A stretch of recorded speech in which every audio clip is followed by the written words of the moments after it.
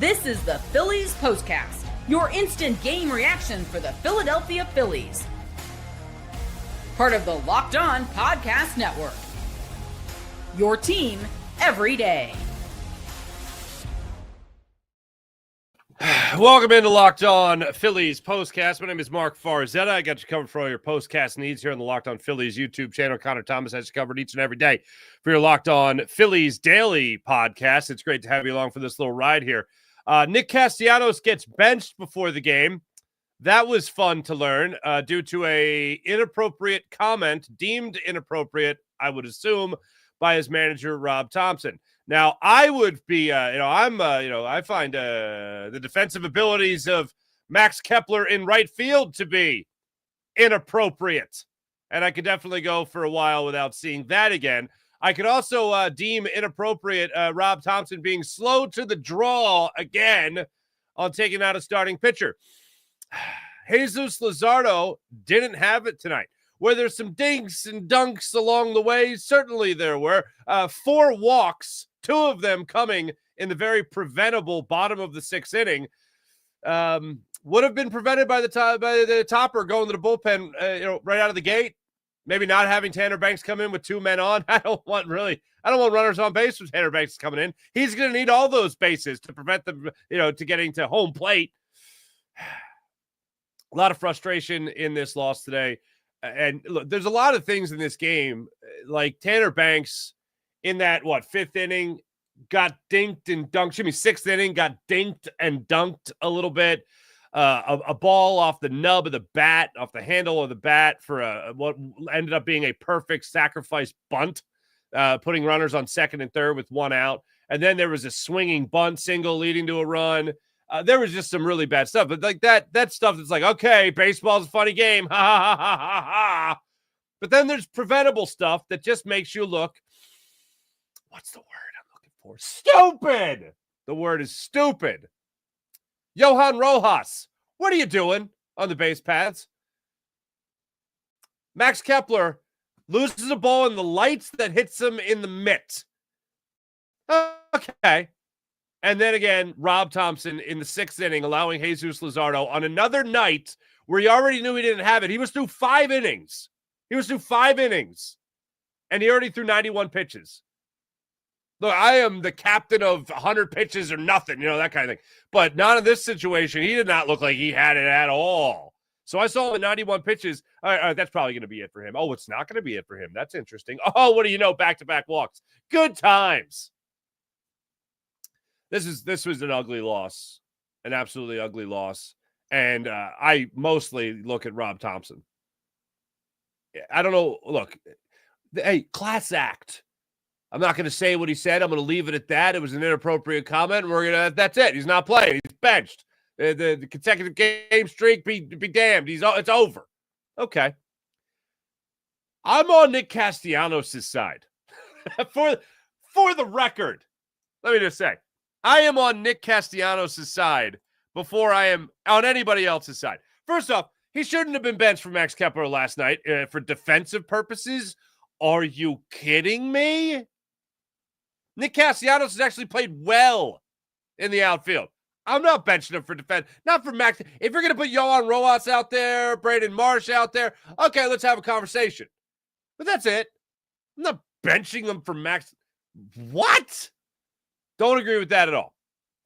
But yet that's where they went. Then I also look at what he could have said. What's the top list here? Canadian beer sucks. You're a cotton-headed ninny muggins. Must be a South Pole elf. I don't know. I don't know if it was an insult.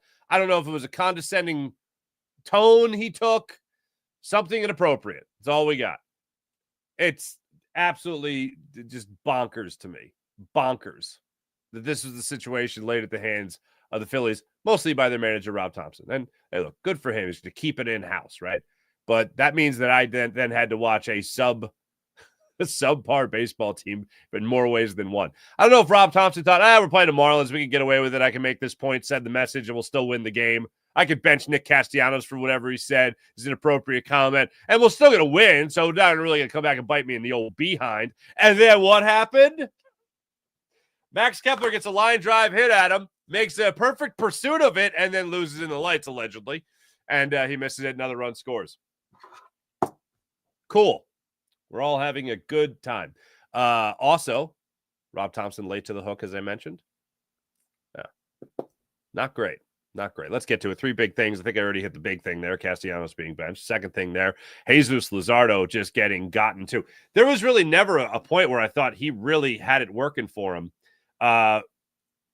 14 pitch first inning, 22 pitch second inning, 22 pitch fourth inning, 18 pitch fifth inning, and then the sixth inning just did not look right. Also, Wagaman is a guy that went down swinging, I think, 3 times last night. He gave him a 1-1 fastball out over the middle of the plate that he demolished over the left field, or no, center field wall, 406 feet. Gave the Miami Marlins a 2-0 lead. At that point, he didn't feel good. His first of 4 walks that he had on the night, he walked Hernandez on, it was the full count, walked him. Wagaman comes up, it's a 2-run home run. Norby then hits it. This is another thing, by the way.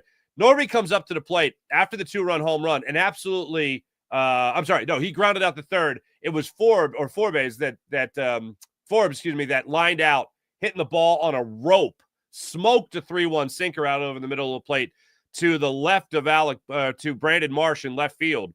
So that wasn't exactly a great sign.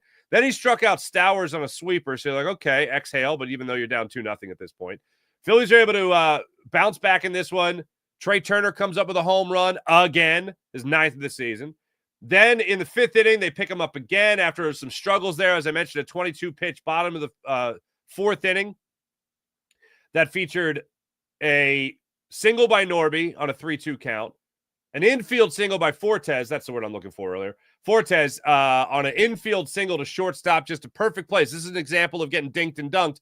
Perfect placement for it. Just kind of hit them where they ain't. An infield single. Trea Turner slipped a little bit, but they get out of that jam after a 1st and 3rd with 2 outs. He gets Stowers to ground out to Alec Boehm. But again, a 22-pitch inning there.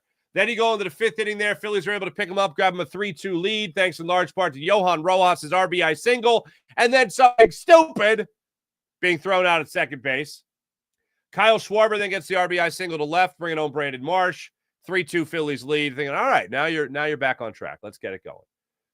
I did not think after the bottom of the 5th inning you were going to see Jesus Luzardo again, and yet you saw Jesus Luzardo again. You saw him come out for the 6th inning, and that's when the damage was really done. Number 2, look, you'd obviously like to see more hits in your lineup than what you saw tonight. You'd love to see, Trea Turner, stay hot. He did that tonight. In the 9th inning, you saw JT Realmuto come up. He got his first hit of the game. Max Kepler had another hit. Alec Boehm had another hit. Kyle Schwarber, I mentioned his RBI. Johan Rojas, that's good. 8 hits tonight. Just about everybody but Bryson Stott and Otto Kemp got hits tonight. But when it comes to hitting with runners in scoring position, guys on base, maybe a little bit more power, the big swings, you didn't really get that tonight, unfortunately. As for the pitching, though, I mentioned Jesus Luzardo.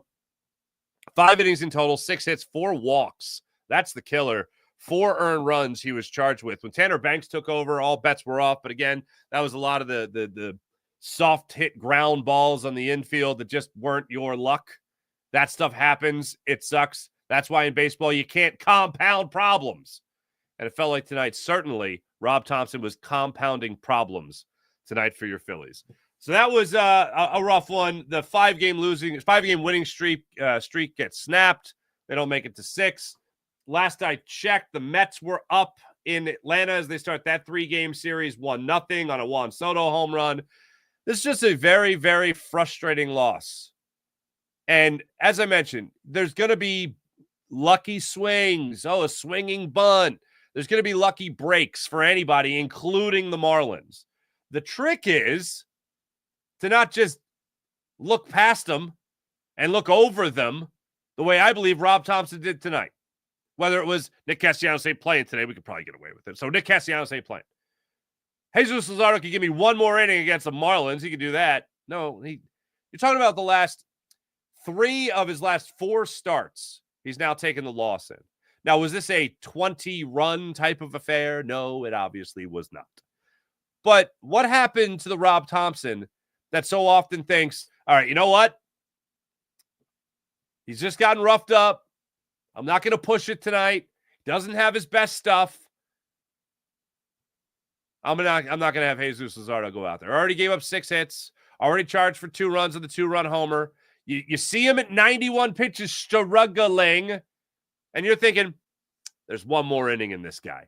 I looked at Jesus Luzardo, and I said, thank goodness. When he was done in the 5th inning, I said, all right, they escaped. Didn't have his best stuff. Battled through 5 innings. You put him out there, and then all of a sudden, 4 walks looks a lot worse than 2. Both those runs coming around to score looks a lot worse. 4 runs being charged to him as opposed to just 2. It looks a lot worse. 5 innings, 2 runs. Oh, he battled. 5+, all of a sudden, looks like another ERA jumping night for Jesus Luzardo, unfortunately. So, of all the things, I mean, you can talk about pitching, you can talk about hitting, bullpen, obviously, Tanner Banks, again, getting dinked and dunked. But the number 3, I look at Rob Thompson. I don't know. I feel like they're going to bounce back from this. This is a bad loss. It's an ugly loss. But I look at the manager and like, you let this happen. You let this happen. That's how I look at it. Unfortunately, I look at the manager more than I look at anything else in this game. We're going to take your comments coming up in a minute. We're also going to give you the player of the game. We'll tell you the turning point. Actually, I'll just give you the turning point right now. Time to reveal where the game was won or lost. It's the turning point. Ready for this? Right between the eyes. Ready? Benching Nick Castellanos for an inappropriate comment, whatever it is, apparently crossed some line, whatever. And then leaving Jesus Luzardo in there to start the top of the year, bottom of the 6th inning. That's when I felt like it was lost. And it was, especially in the bottom of that 6th inning. As for the player of the game, this is the Locked On Player of the Game. I'm going to go with Nick Castellanos. You know why I'm going to go with Nick Castellanos? Because when that ball hit off Max Kepler's mitt in right field in the 6th inning, I would have loved to hear what Nick Castellanos had to say. If I really had to pick him, it would be Trea Turner. He had another home run, good for him. But if I could have just mic'd up one person in that moment, it would have been Nick Castellanos.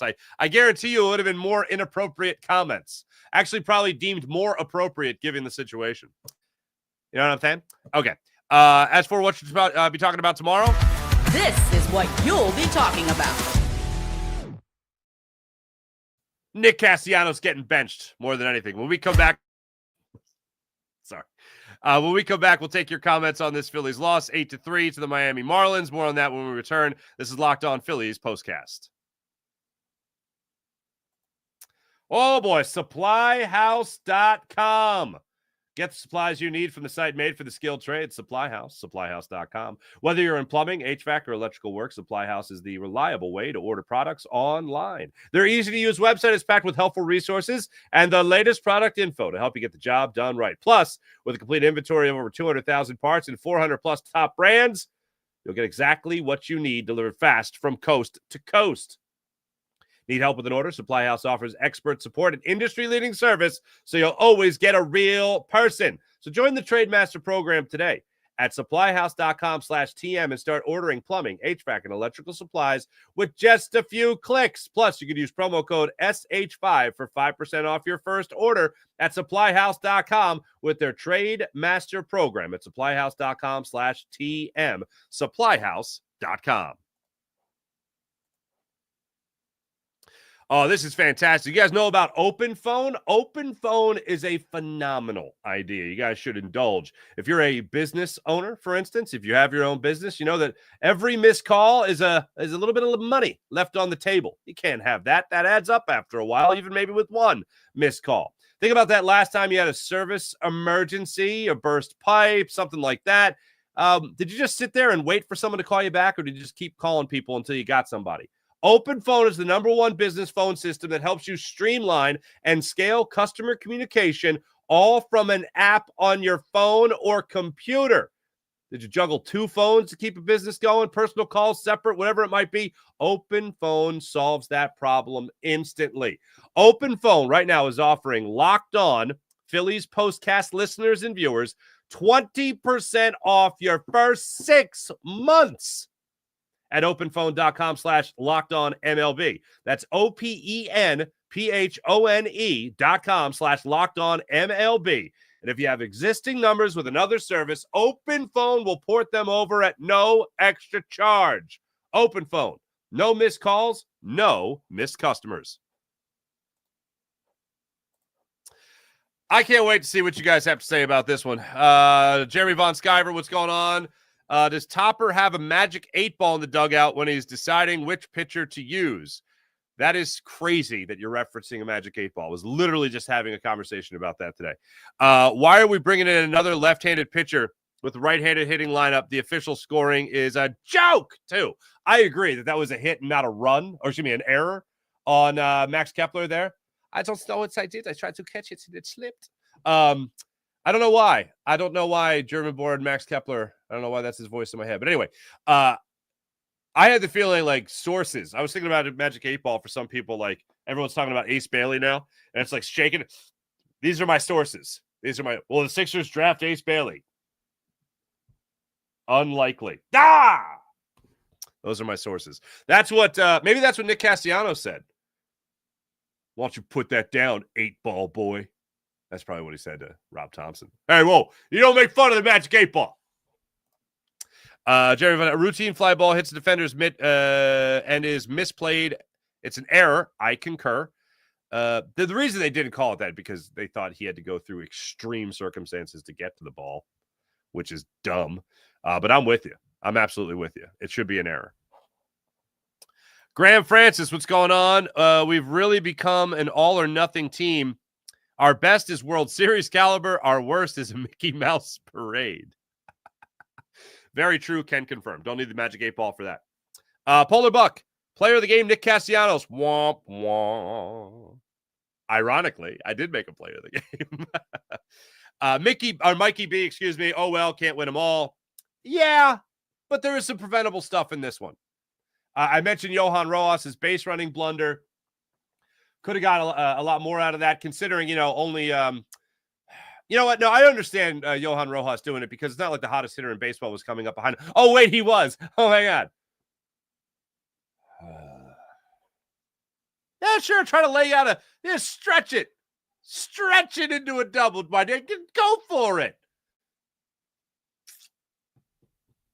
Dumb baseball. Just dumb baseball. Philly Nate, sure hate that Topper got his feelings hurt.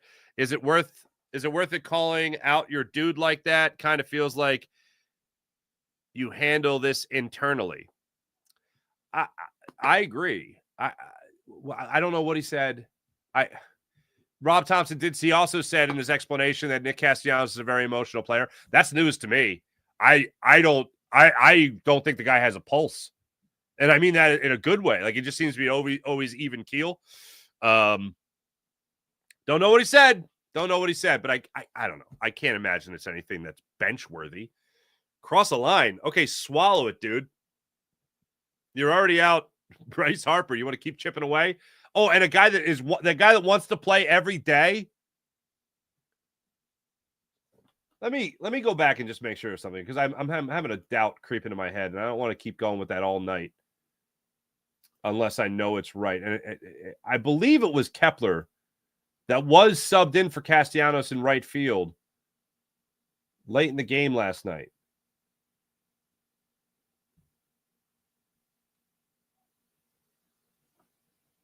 Yeah, Rojas in center field, Kepler in right. Yeah.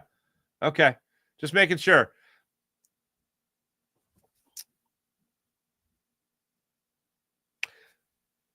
No. And at that point in the game, it was a 3-1 game. They put Rojas in center, Kepler in right, Marsh in left. Yeah, no, I thought that's dumb. That's just dumb. And I remember the play that allowed that run to score to make it a 1-run game. Kepler came in and made the catch. A lot of traffic in that area. And I remember thinking, Kepler? So I just remember, Kepler's there now? What happened?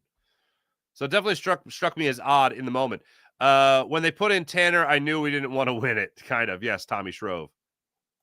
I bet Nick was just saying the truth, which is that there's no reason to have took him out Last night's game, defensive reasons, when the rest of the outfield looks lost.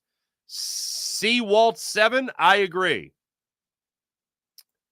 Philly and 8, my wife thinks he called him an old man. You old man, you old fool.